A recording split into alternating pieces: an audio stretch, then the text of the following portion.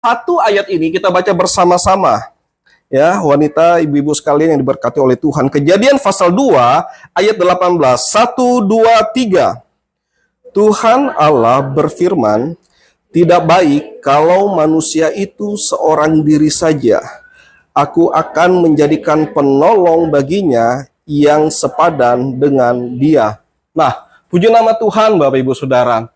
Tema dari kebenaran firman Tuhan pada sore menjelang malam hari ini adalah wanita kuat, ya. Wanita kuat. Kekuatan itu identik dengan pria, identik dengan kejantanan, Bapak Ibu Saudara, identik dengan laki-laki, ya. Yang identik dengan perempuan itu biasanya kelemah lembutan, ya. Yang identik dengan perempuan itu biasanya hal yang lemah, ya. Namun kali ini kalau kita mau belajar dari kebenaran firman Tuhan bahwa sebenarnya sesungguhnya wanita itu adalah wanita yang kuat, ya. Nah, kalau kita membaca di ayat yang ke-18 ini Bapak Ibu-ibu, wanita-wanita yang diberkati oleh Tuhan, Tuhan Allah berfirman tidak baik kalau manusia itu seorang diri saja. Jadi awalnya Tuhan hanya menciptakan laki-laki yaitu Adam, ya. Mungkin Tuhan belum berencana untuk menciptakan wanita, tapi begitu dia melihat perkembangan Adam dan sebagainya, sepertinya Adam mengalami kesulitan, sehingga dia katakan, ya, aku akan menjadikan penolong baginya yang sepadan dengan dia. Nah, pada saat Tuhan katakan dia akan menjadikan seorang penolong, di mana-mana orang yang menolong itu pasti lebih kuat daripada orang yang ditolong, ibu-ibu, wanita yang diberkati oleh Tuhan. Ya, tidak ada orang yang menolong itu lebih lemah daripada orang yang ditolong. Ya, pasti kalau Tuhan katakan dia akan menciptakan penolong, pasti yang diciptakan ini akan lebih kuat, ya, atau akan lebih memiliki kemampuan yang tinggi dibandingkan dengan orang yang ditolong. Kita sering mendengar manusia itu diciptakan dari debu dan tanah, Bapak Ibu Saudara, ya. Nah, kalau kita menyelidiki dengan seksama kebenaran firman Tuhan, yang diciptakan dengan debu dan tanah itu hanya laki-laki. Pada saat Tuhan berfirman, ya, dia membentuk laki-laki itu dengan tangan Allah sendiri, ya, dari debu dan tanah. Tetapi pada saat Tuhan menciptakan wanita, Tuhan menciptakan penolong bagi Adam, dia tidak membentuk wanita itu dari debu dan tanah. Tapi dia membentuk wanita itu spesial. Ya, ibu-ibu sekalian, itu dibentuk dari tulang rusuk. Dari tulang rusuk seorang manusia dibentuklah wanita itu. Kalau Adam tidak, Adam itu diambil, dibentuk dari tanah, dari debu dan tanah. Tetapi Hawa tidak. Hawa itu dibentuk spesial. Ya.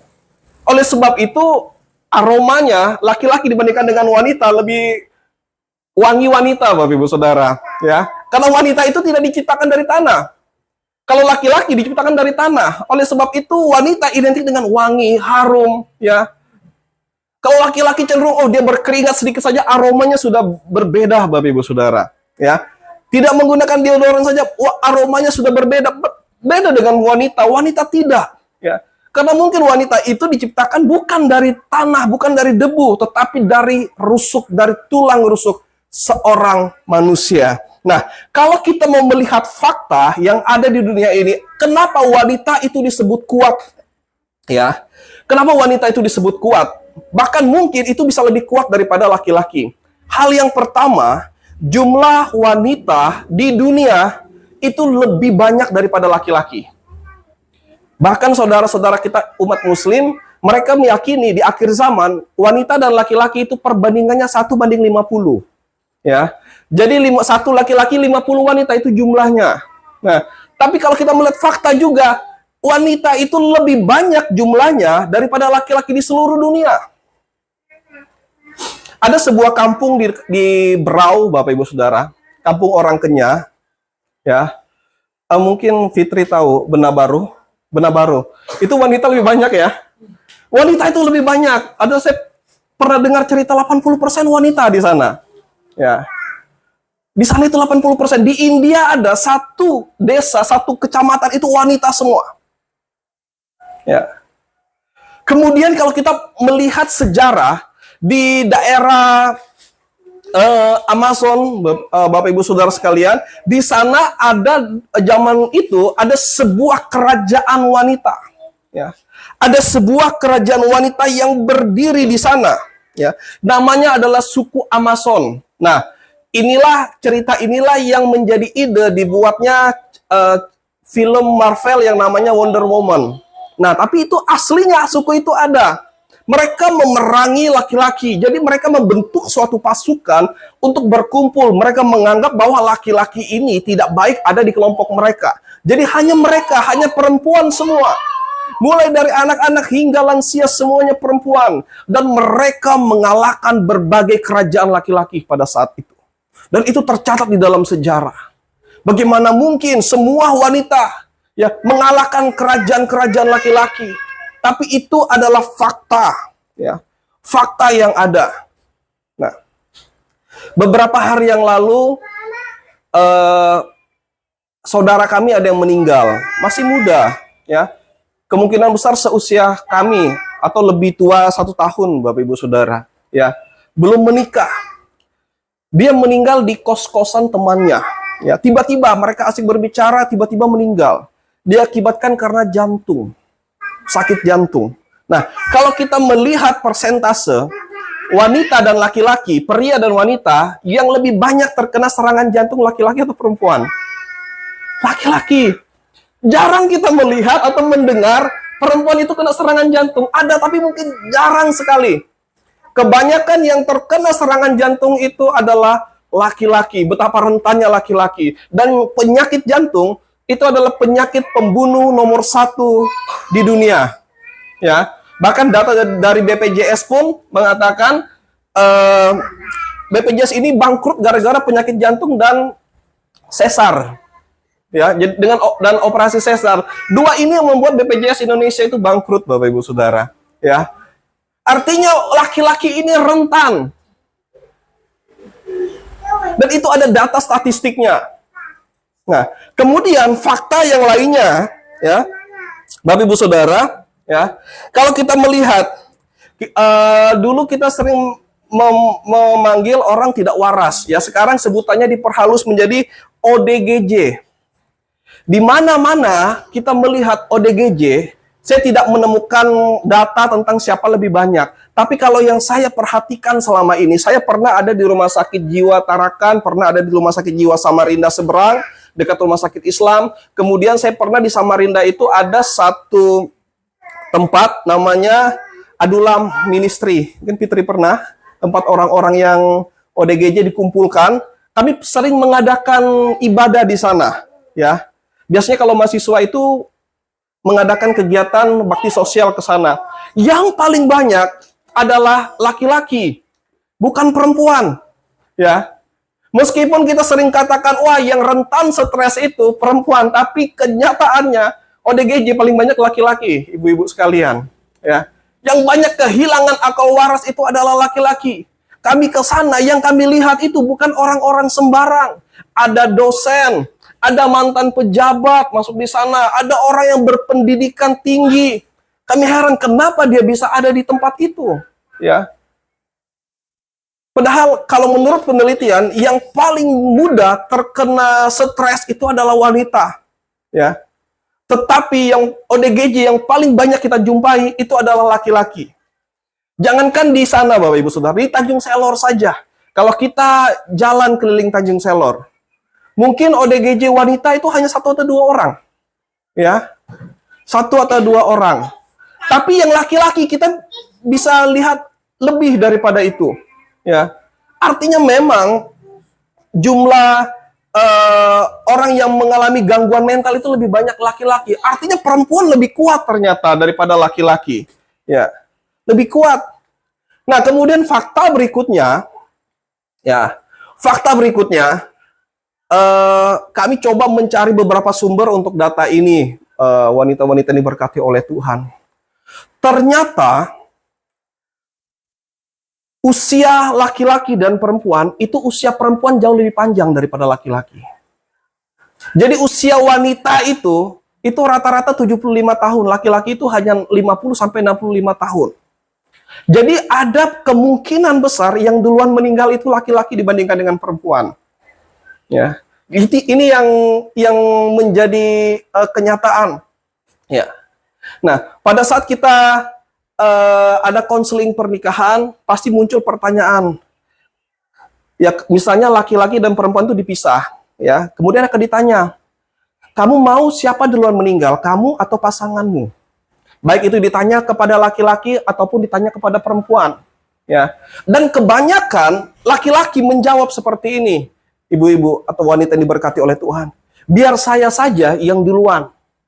Saya tidak tahan melihat kalau pasangan saya pergi duluan. Saya tidak tahan melihat kalau anak-anak saya tumbuh tanpa sosok seorang ibu.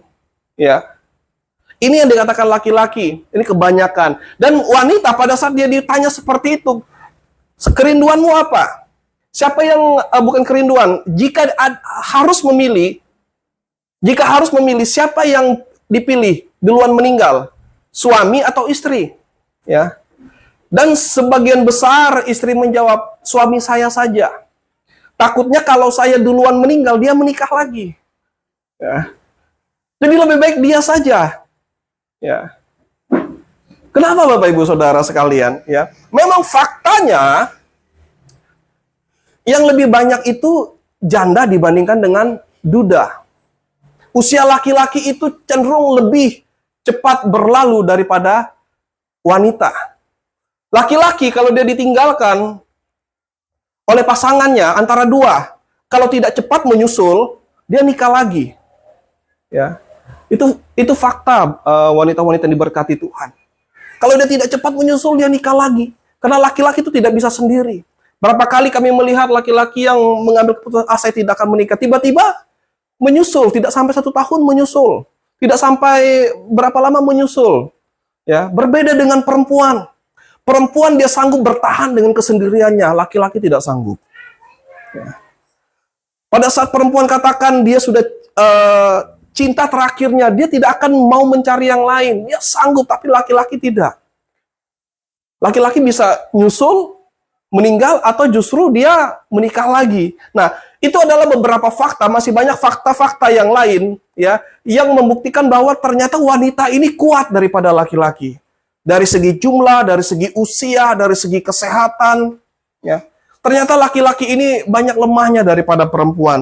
Oleh sebab itu, firman Tuhan mengutus atau Tuhan mengutus wanita menjadi penolong bagi laki-laki, ya, menjadi penolong. Nah, di sini Bapak Ibu Saudara sekalian, wanita yang kuat, ya.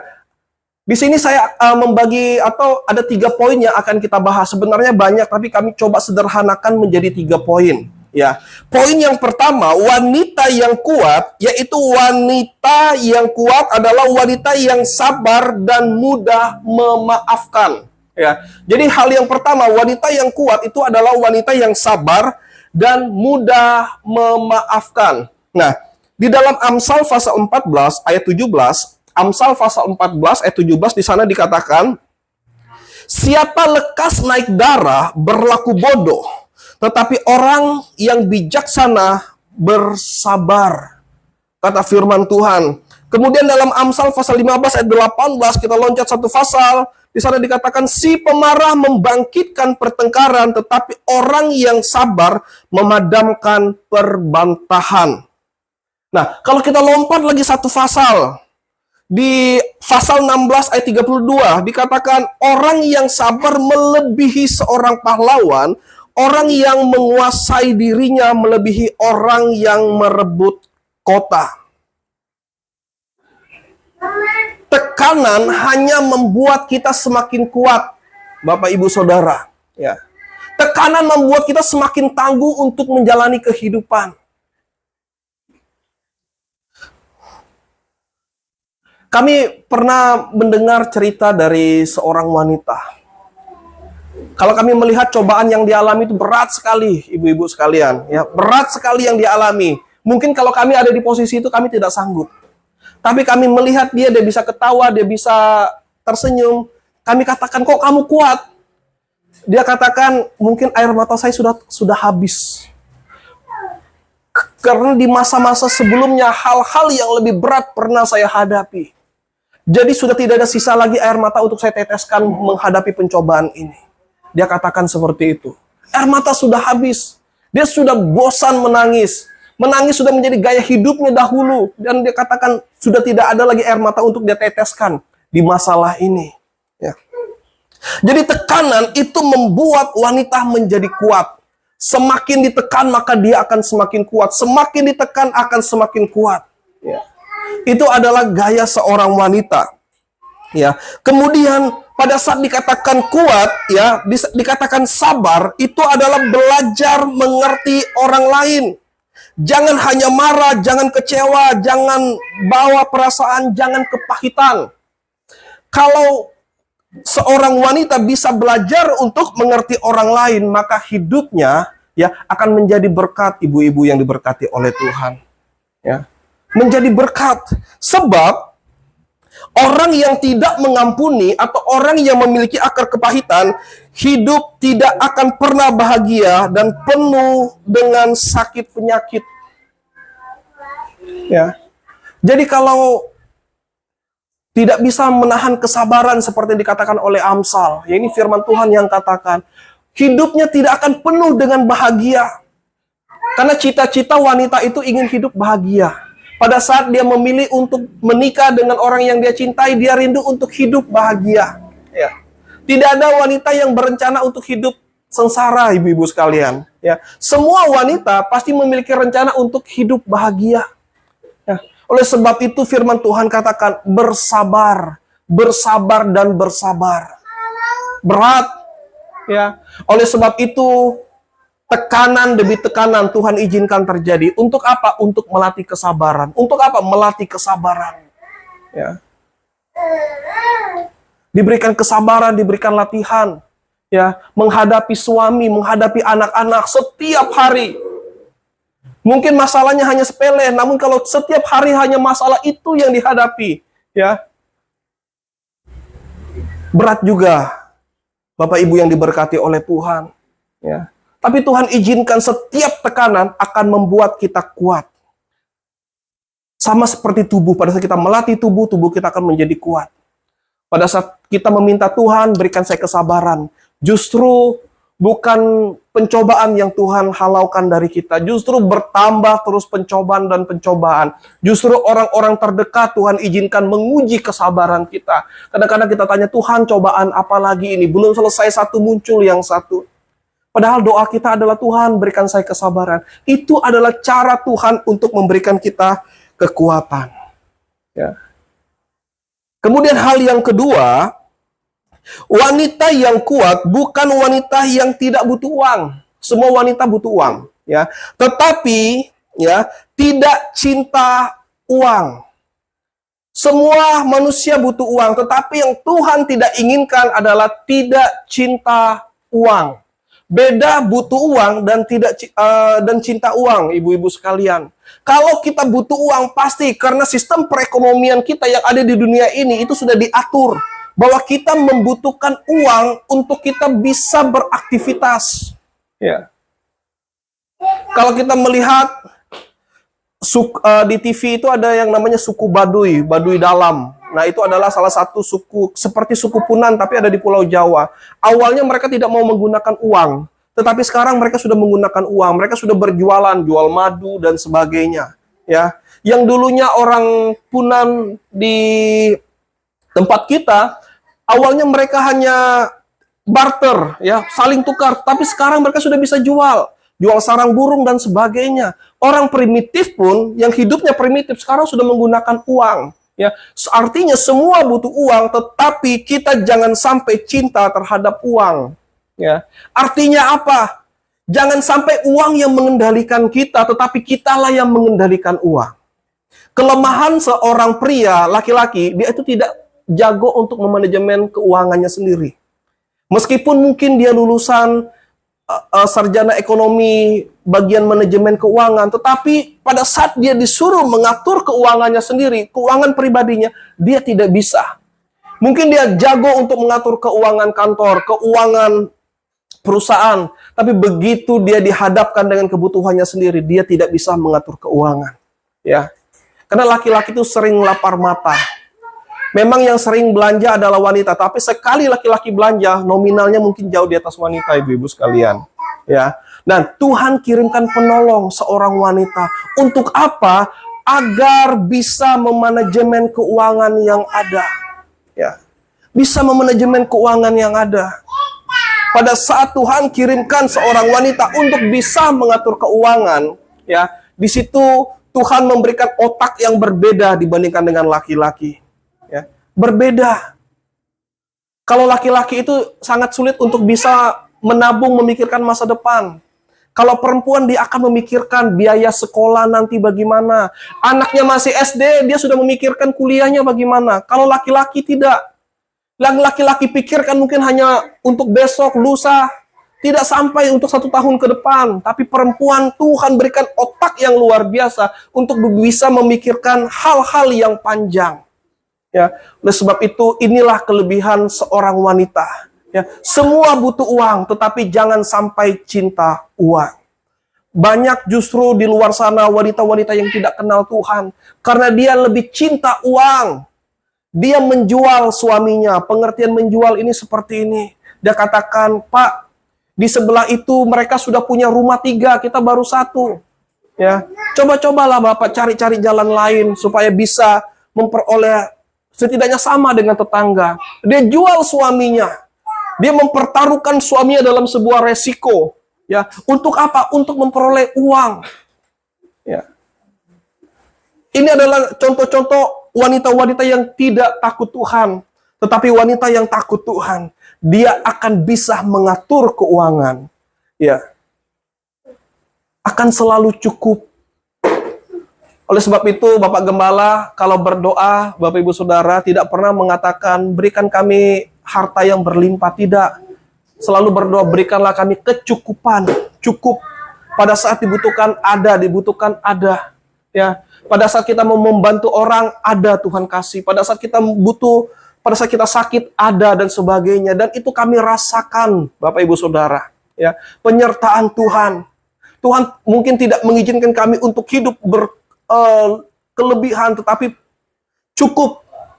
Mau membantu orang cukup. Pada saat sakit cukup dan sebagainya. Ya, inilah yang Tuhan inginkan. Ya, sesuai data yang fakta yang kita bahas di awal, ya, kebanyakan yang cepat meninggal itu adalah laki-laki dibandingkan dengan perempuan. Nah, dan ini juga harus menjadi planning bagi seorang wanita.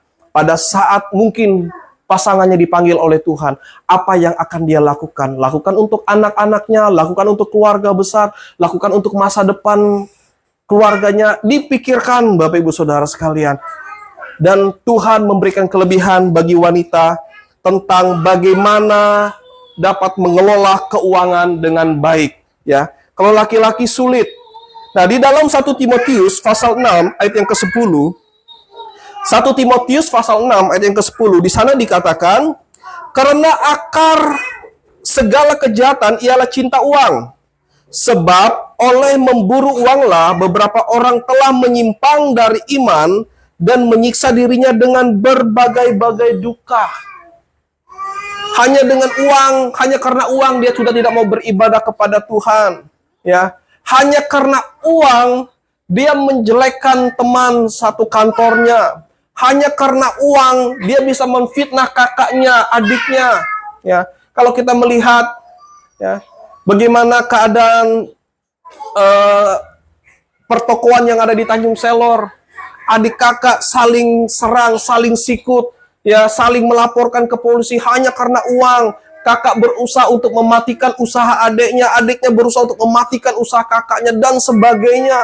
Hanya karena uang orang bisa saling sikut menyikut, orang bisa saling untuk melaporkan, untuk saling mematahkan. Sudah tidak ada kasih.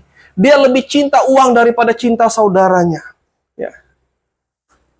Apalagi kalau kita lebih cinta uang daripada cinta Tuhan, wanita yang diberkati oleh Tuhan. Apalagi lebih cinta uang daripada cinta suami. Jangan sampai kita korbankan suami kita untuk mengambil pekerjaan-pekerjaan yang beresiko tinggi. Hanya untuk materi-materi yang fana ini. Kemudian hal yang ketiga, wanita yang kuat bukan wanita yang mampu mengendalikan suaminya. Ya, jadi wanita yang kuat bukan wanita yang mampu mengendalikan suaminya, namun mampu mengendalikan lidah dan menghormati suami apapun keadaannya. Nah, di dalam Kolose pasal 3 ayat 18, di sana dikatakan, Kolose pasal 3 ayat 18, hai istri-istri, tunduklah kepada suamimu sebagaimana seharusnya di dalam Tuhan. Seharusnya di dalam Tuhan. Ini yang firman Tuhan katakan, hai istri-istri, tunduklah kepada suamimu.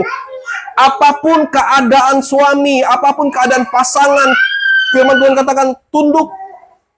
Banyak di luar sana yang bekerja istri, yang memiliki gelar lebih panjang istri, ya, yang membawa warisan lebih banyak istri. Kalau orang tidak kenal Tuhan, wanita-wanita yang membawa warisan lebih banyak daripada suaminya, dia akan mengatakan, saya yang berkuasa, saya yang atur. Ya. Tetapi firman Tuhan tidak katakan demikian. Yang firman Tuhan katakan, hai istri-istri, tunduklah kepada suamimu. Ya. Apapun keadaan seorang suami, entahkah dia pendidikannya lebih rendah, ya, entahkah dia warisannya lebih sedikit, ya, entahkah dia usianya mungkin lebih muda, yang firman Tuhan katakan, tunduklah kepada suamimu. Hal penundukan diri ini bukan hal yang mudah. Ini berbicara tentang daging dan ego. Ya. Kalau daging dan ego kita tidak bisa kuasai, kita tidak mungkin mampu untuk tunduk kepada suami. Ya. Istri tidak akan mungkin untuk tunduk kepada suami. Hanya istri-istri atau wanita-wanita yang diurapi Tuhan, yang dipakai Tuhan, yang sanggup untuk tunduk kepada seorang suami. Kalau seorang wanita atau seorang istri tidak sanggup tunduk kepada suami, apalagi kepada Tuhan. Ya, karena istri itu adalah gambaran gereja Tuhan, gambaran umat Tuhan, ya. Dan suami itu adalah gambaran Allah sendiri. Mempelai wanita adalah jemaat dan mempelai pria adalah Tuhan itu sendiri. Kita diajarkan untuk selalu tunduk dan taat apapun keadaannya. Ya, apapun keadaannya kita tunduk, kita hormati, kita hargai apapun keadaannya. Di dalam kelemahan seorang suami, tetap Tuhan katakan tunduk, patuh, taat kepada suami. Ya. Kalau wanita kuat, dia akan sanggup untuk mengalahkan egonya. Wanita kuat, dia sanggup mengalahkan dagingnya. Wanita kuat, dia akan sanggup mengalahkan dirinya sendiri. Dia tidak akan katakan hartaku lebih banyak. Dia tidak katakan pendidikanku lebih tinggi. Ya. Karena banyak kita dengar di luar sana, istri-istri mengatakan, kalau bukan saya nikah sama kamu, kamu mau jadi apa? Ya. Tapi kalau orang yang kenal Tuhan, orang yang takut akan Tuhan, apapun keadaan suami, ya, seperti apapun dia. Mungkin pada saat ini dia tidak kenal Tuhan. Mungkin pada saat ini dia jauh daripada Tuhan. Mungkin pada saat ini dia tidak melakukan tanggung jawab sebagai seorang suami, sebagai seorang kepala rumah tangga. Yang firman Tuhan katakan, tunduklah kepada suamimu. Ya. Amsal pasal 10 ayat 19. Amsal pasal 10 ayat 19 di sana dikatakan, di dalam banyak bicara pasti ada pelanggaran, tetapi siapa menahan bibirnya berakal budi. Siapa bisa menahan egonya, dia adalah orang-orang yang berakal budi, adalah orang-orang yang cerdas, adalah orang-orang yang mampu mengendalikan dirinya. Ya. Oleh sebab itu, wanita yang dikatakan kuat bukan karena dia bisa menaklukkan suaminya. Ya, tapi wanita yang dikatakan kuat adalah wanita yang sanggup menaklukkan dirinya sendiri untuk tetap taat kepada Kristus dan tetap taat kepada suaminya. Demikian kebenaran firman Tuhan yang sederhana pada sore hari ini. Biarlah setiap benih kebenaran firman Tuhan dapat tertanam di tanah hati kita yang subur dan menghasilkan buah yang lebat untuk kemuliaan Tuhan. Dan berikutnya kami kembali